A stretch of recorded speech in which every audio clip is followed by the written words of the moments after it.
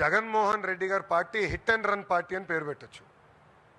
ఎందుకంటే ఆయన సొంత కార్యకర్తని గుద్ది అతని తల కారు టైర్ కింద పడిన తొక్కుంటూ పోయి ఇక ఆగను కూడా ఆగల.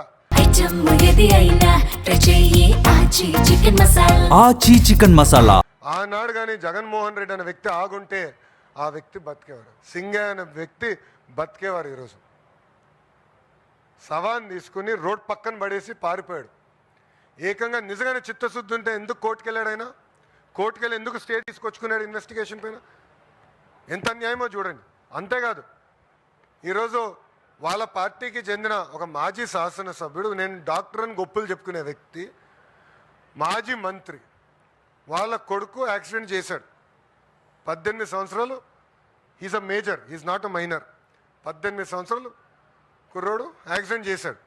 యాక్సిడెంట్ చేసిన తర్వాత ఏం చేయాలి? బాబు ఆ క్షణంలో భయం ఉండుండొచ్చు.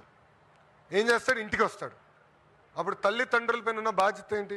అరే నువ్వు చేసిన తప్పురా, అయిపోయింది, వెళ్దాం పోలీస్ స్టేషన్కి, చలో వెళ్దాం, సరెండర్ చేసి న్యాయపరంగా ఏం చర్యలు తీసుకోవాలో అది తీసుకోండి అని చెప్పాలి.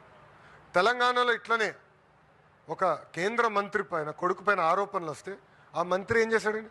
వాళ్ళ అబ్బాయిని తీసుకెళ్ళి నిలబెట్టాడు. లీగల్ రిక్వెస్ట్ ట్రై చేశాడు. దాని తర్వాత అబ్బాయిని తీసుకెళ్ళి నిలబెట్టాడు. ఇదిగోండి మా అబ్బాయి సరెండర్ అవుతున్నాడు, న్యాయబద్ధంగా మేము పోరాడతాం అని చెప్పారు. అది చేయకుండా ఎంత చులకంగా చెప్తున్నాడని. ఒక వ్యక్తి చనిపోయాడు. దాంట్లో కుటుంబం ఉంటుంది, తల్లిదండ్రులు ఉంటారు, భార్య ఉంటుంది, పిల్లలు ఉంటారు. ఇంత సింపుల్గా చెప్పేస్తున్నాడు. ఏమవుతుందంటాడు? అంటే ఎక్కడ పోతున్నావు అంటే మీ బాబాయిని చంపేశారు. అట్టనే ఆయనే చంపించాడు. వాళ్ళ బాబాయిని జగన్మోహన్ రెడ్డి చంపించాడు. ఆనాడు నేను చెప్పా, ఈ గడప పైన నేను చెప్పా, కడపలో నేను పాదయాత్ర చేస్తున్నప్పుడు చెప్పా, సొంత బాబాయిని లేపేశాడు, తప్పు కాదంట. సింగయ్యని ఆయనే చంపేశాడు, తప్పు కాదంట. వాళ్ళ పార్టీకి చెందిన వాళ్ళు ఒక వ్యక్తిని గుద్ది చంపేస్తే అది తప్పు కాదంట. మేము చిత్తశుద్ధి ఉంది. పాప మత్స్యకారులు చనిపోతే మా మంత్రి గారు వెళ్ళి ఏకంగా వాళ్ళని పరామర్శించి ఒక్కొక్క కుటుంబానికి 10 లక్షల రూపాయలు మేము అందజేశాం. ఇదే జగన్మోహన్ రెడ్డి అధికారులు ఉన్నప్పుడు 250 మంది మత్స్యకారులు చనిపోతే కనీసం ఆ కుటుంబాన్ని వాళ్ళు పరామర్శించలేదు. ₹1 ఇవ్వలా. ఆనాడు 5 లక్షల ఎక్స్గ్రేషియా, ₹1 కూడా ఇవ్వలా.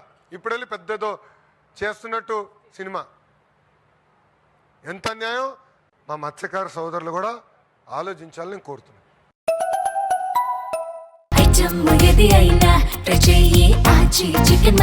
ఆచి చికెన్ మసాలా.